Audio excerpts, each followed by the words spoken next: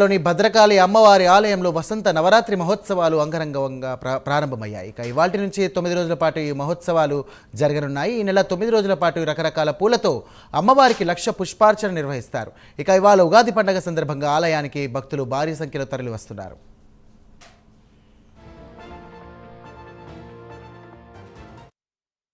సమస్త భక్త జనావళికి విశ్వావసునామ సంవత్సర ఉగాది శుభాకాంక్షలు. యుగాది బ్రహ్మ తన సృష్టిని చైత్రశుద్ధ పాడ్యమికి పూర్తి చేశాడట. దాన్నే యుగాది అన్నారు. ఈరోజు ఎవరైతే బ్రహ్మను ఆరాధిస్తారో వారికి సంవత్సరం అంతా శుభప్రదంగా ఉంటుంది.